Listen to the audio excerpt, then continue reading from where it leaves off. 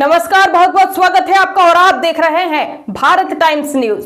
मैं हूं आपके साथ स्वाति पारथी। तो चलिए नजर डालते हैं आज की खास खबरों पर। इंदौर में निमाड़ के गांधी कहे जाने वाले स्वतंत्रता सेनानी और समाज सुधारक काशीनाथ त्रिवेदी की 121वीं जयंती इस बार खास अंदाज में मनाई गई। जयंती केवल श्रद्धांजलि तक सीमित नहीं रही, बल्कि महिला सशक्तिकरण के मजबूत संकल्प के रूप में सामने आई। जी हां, संस्था कल्याणी द्वारा आयोजित व्याख्यान माला में दादा की नातिन और प्रमुख वक्ता डॉक्टर प्रीति जोशी ने नारी शक्ति को राष्ट्र की असली ताकत बताया। कार्यक्रम में शिक्षा, स्वास्थ्य, सुरक्षा और स्वावलंबन जैसे विषयों पर प्रेरक चर्चा हुई। संस्था के संस्थापक अध्यक्ष कविता त्रिवेदी ने कहा कि काशीनाथ त्रिवेदी के रचनात्मक और सामाजिक कार्यों को इंदौर तक फिर से पहुंचाना उनका संकल्प है। उन्होंने बताया कि कल्याणी संस्था विशेष रूप से महिलाओं के अधिकार और सम्मान के लिए कार्य कर रही है। मुख्य वक्ता डॉक्टर प्रीति जोशी ने कहा कि स्त्री स्वावलंबन केवल एक नारी नहीं, बल्कि देश की मजबूती की बुनियादी है। उन्होंने युवतियों से आर्थिक, सामाजिक और मानसिक रूप से सशक्त बनने का आह्वान किया ताकि वे हर क्षेत्र में आगे बढ़ सके। कार्यक्रम में यह भी बताया गया कि संस्था का फोकस शहर तक सीमित नहीं है। पास के गांव खुर्दी को मॉडल गांव के रूप में विकसित करने की योजना पर काम किया जा रहा है, जहां महिलाओं और परिवारों को सशक्तिकरण के लिए प्रयास किए जा रहे हैं। कार्यक्रम के अंत में उपस्थित लोगों ने काशीनाथ त्रिवेदी के चित्र पर पुष्पांजलि अर्पित कर उनके आदर्शों को आगे बढ़ाने का संकल्प लिया। निमाड़ के गांधी की जयंती पर लिया गया यह संकल्प महिला सशक्तिकरण की दिशा में एक मजबूत कदम माना जा रहा है। देखिए खास रिपोर्ट।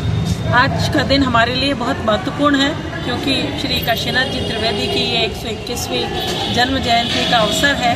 और पिछले 4 वर्षों से मैं और मेरे पति श्री कीर्ति त्रिवेदी दोनों ने एक संकल्प लिया कि दादा के जो रचनात्मक और सामाजिक कार्य रहे हैं उसके बारे में हम अपने शहर इंदौर को वापस से बताएं, क्योंकि वे निमाड़ के गांधी के रूप में जाने जाते रहे हैं। और आज भी जब भास्कर ने 300 लोगों का सर्वे किया कि कौन सबसे अधिक महत्वपूर्ण लोग थे, तो उनके इतने वर्ष गुजर जाने के बाद भी वे सबसे महत्वपूर्ण व्यक्तियों में आते हैं।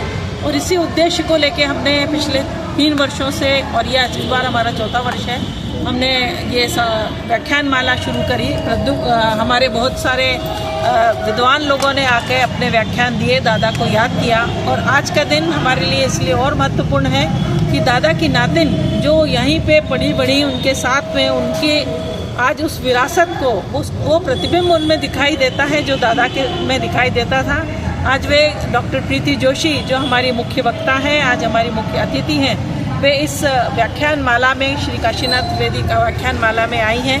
और वे जो अपने अनुभव साझा कर रही हैं, वो ये बता रही हैं कि किस तरीके से स्त्री स्वावलंबन का और स्त्री सशक्तिकरण का होना इस देश के लिए महत्वपूर्ण है और हमेशा से सदियों से होता आया है। आज हमारे देश की आधी आबादी स्त्रियों की है और मेरी संस्था कल्याणी जो स्त्री शिक्षा, स्वास्थ्य, सुरक्षा के ऊपर कार्य करती है। आज हम बहुत प्रसन्न हैं कि आज एक महिला जो अपने खुद के स्वावलंबन पे आज इतने सशक्तिकरण होके और जिस जोश से, जिस उत्साह से आज पूरे समग्र वर्ग को ये बता रही हैं कि स्त्री को कितना आगे आना चाहिए, वो स्वावलंबी होना चाहिए, वो हमारे लिए गर्व का विषय है।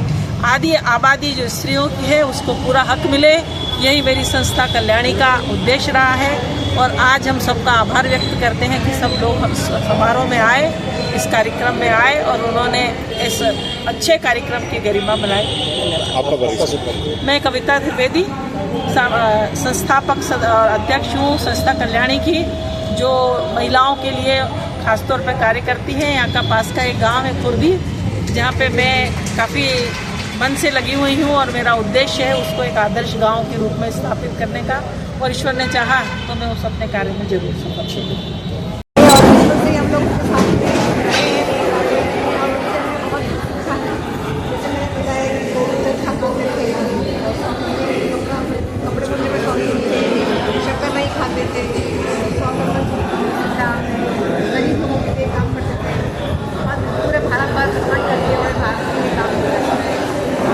माध्यम से हम संपर्क करते हैं। तो दादा से उन्होंने हमें बताया नहीं ऐसा करो, ऐसा नहीं। तो दादा से हमने जीवन जीने का सही तरीका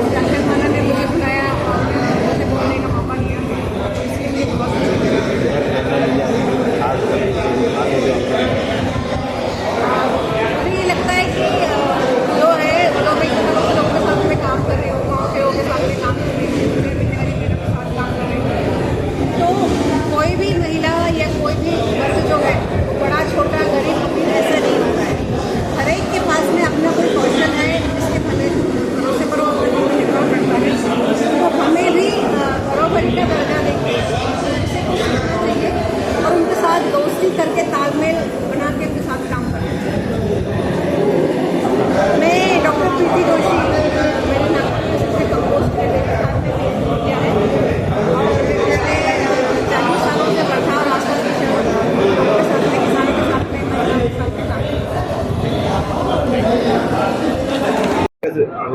वैज्ञान किया गया है, क्या है पूरा काशीनाथ त्रिवेदी जी, आदरणीय काशीनाथ त्रिवेदी जी मेरे नाना हैं और हम लोग बचपन से वह गांधीवादी थे और बचपन से ही हम लोग उनके साथ में रहे हैं, परिवार में रहे हैं और उनसे हमने बहुत कुछ सीखा है। जैसे मैंने बताया कि वो चरखा काटते थे, स्वावलंबी कपड़े बुनने में स्वावलंबी थे, शक्कर नहीं खाते थे, स्वावलंबन जो सीखा हमने, गरीब लोगों के लिए काम करते थे, बहुत पूरे भारत भर भ्रमण करके उन्होंने भारत के लिए काम किया और चिट्ठियों के माध्यम से हम संपर्क में रहते थे। तो दादा से उन्होंने हमें कुछ बताया नहीं ऐसा करो वैसा करो, और दादा से हमने जीवन जीने का सही तरीका सीखा और उन्हीं के आदर्शों पर, उन्हीं के संस्कारों से हमने कुछ आगे जाके समाज के लिए काम करने की प्रेरणा ली। आज बड़ा आयोजन था, काफी लोग इसमें आए थे, कैसे क्या लोगों से मिले, आपसे बातचीत की? एक्चुअली ये पूरा जो आयोजन है वो मेरे मामा परिवार ने किया और कीर्ति मामा जी का इसमें प्रमुख भूमिका रही और उन्होंने इस कार्यक्रम के लिए इनिशिएटिव लिया। बाकी मेरे अनिल मामा जी हैं, वकील मामा जो हैं अनिल त्रिवेदी, अरविंद त्रिवेदी, करुणाकर त्रिवेदी, इन सभी लोगों के, क्योंकि ये एक पारिवारिक कार्यक्रम था तो सभी भाइयों ने मिलकर अपने पिताजी की स्मृति में ये व्याख्यानमाला रखी। हर साल होती है तो इस साल उन्होंने इस व्याख्यानमाला में मुझे बुलाया और मुझे बोलने का मौका दिया, तो इसलिए मुझे बहुत अच्छा लगा। क्या प्रेरणा मिली आपसे? कुछ खास कुछ बात है जो आपने बताई? मुझे ये लगता है कि जो मैं इतने सालों से लोगों के साथ में काम कर रही हूँ, गांव के लोगों के साथ में काम कर रही हूँ, कचरा बीनने वाली महिला के साथ काम कर रही हूँ, तो कोई भी महिला या कोई भी वर्ग जो है वो बड़ा छोटा, गरीब अमीर ऐसा नहीं होता है। हर एक के पास में अपना कोई कौशल है जिसके भरोसे पर वो अपना जीवन निर्वाह करता है। तो हमें भी बराबरी का दर्जा देके उनसे कुछ सीखना चाहिए और उनके साथ दोस्ती करके तालमेल बना के उनके साथ काम करना चाहिए। मैं डॉक्टर प्रीति जोशी, मैंने नागपुर यूनिवर्सिटी से कंपोस्ट में जैविक खाद में PhD किया है और मैं पिछले 40 सालों से वर्धा और आसपास के शहरों में लोगों के साथ में, किसानों के साथ में, महिलाओं के साथ में काम कर रही हूँ। वर्ष 2011 से स्त्री मुक्ति संगठन के माध्यम से वर्धा शहर में योग्य कचरा व्यवस्थापन के लिए जन जागरण और कचरा बीनने वाली महिलाओं के उत्थान के लिए कार्य कर रही है। वर्ष 1987 में अपने पिताजी डॉक्टर प्रभाकर जोशी के साथ वर्धा आए। वर्धा में गांधीवादी सिद्धांतों पर कार्य करने वाले अनेक स्वयंसेवी संस्थाओं से परिचित हुआ। ग्रामोद्योगी विज्ञान केंद्र दत्तपुर वर्धा के माध्यम से 1987 में ही जैविक खाद और बायोगैस निर्माण पर शोध कार्य शुरू। वर्ष 1994 में पुनः वर्धा आकर गांवों में जैविक खाद और जैविक पारिवारिक, सामाजिक, रचनात्मक कार्यों के प्रति समर्पित जीवन एवं निष्ठा हर स्त्री के लिए प्रीति जी एक प्रेरणा है। आपको समर्पित 2 पंक्तियां कि हर जख्म को महकाने का हुनर आता है तुमको, हर जख्म को महकाने का हुनर आता है तुमको, हर रात को सुबह बनाने का हुनर आता है तुमको, जो वक्त न बदले उस वक्त के दौर को बदलने का हुनर आता है तुमको। धन्यवाद। तो यहाँ बैठा है, उसकी शादी थी तो मैं वापस भोपाल आई, 2-3 महीने उस सारे शादी के काम में गए, लेकिन फिर से मेरे दिमाग में वही प्रश्न था कि PhD तो हो गई है, बायोडंग कंपोस्ट, डंग, बायोडंग का मतलब है डंग फ्रॉम द बायोमास, मतलब कचरे से गोबर की तरह खाद बनाना। इस विषय के ऊपर PhD मेरा हुआ था। तो मुझे लगा कि अब मेरे इस PhD का क्या उपयोग, क्या ये फिर क्या लाइब्रेरी में रेफरेंस मटेरियल रहेगी और मुझे डिग्री मिल जाएगी और मैं क्या प्रोफेसरशिप करूंगी, वो मुझे कुछ मंजूर नहीं था। तो मैं वापस वर्धा आई 1993 जनवरी में, 1993 जनवरी में वापस एक सूटकेस लेके वर्धा आई और अकेले एक कमरे में रह के मैंने वापस दत्तपुर ज्वाइन किया, CSV ग्रामोद्योग विज्ञान केंद्र ज्वाइन किया और यही जो बायोडंग कंपोस्ट है इसको बड़े रूप से ढेर में बना के, खाद बना के उसके ऊपर ट्रायल ली और फिर मुझे उस समय फॉर्चुनेटली मतलब योगायोग से मुझे यंग साइंटिस्ट का प्रोजेक्ट मिला, department of science and technology Delhi से। तो उस प्रोजेक्ट में मैंने ये टारगेट था कि ये जो मैंने PhD का काम किया है वो मुझे 5 गाँव के किसानों में सिद्ध करना है और 5 गांव हमने चुने, हर गांव में 5-5 ऐसे किसान चुने जिनके हमने ये बायोडल कंपोस्ट बनाया। खाद तो बहुत अच्छी बनी, सबने माना कि हाँ खाद बहुत अच्छी बनी, लेकिन कोई भी एक भी किसान उस खाद को अपनी खेती में देने को तैयार नहीं था। क्यों नहीं था? ये तो खरपतवार की खाद है, ये यदि हम डालेंगे तो हमारे खेतों में सब खरपतवार हो जाएगी और हमारी फसल बर्बाद हो जाएगी। दूसरा ये कि कचरे की खाद में क्या दम होता है, कोई ताकत नहीं। गोबर की खाद असल खाद। मैंने बहुत समझाया है कि गोबर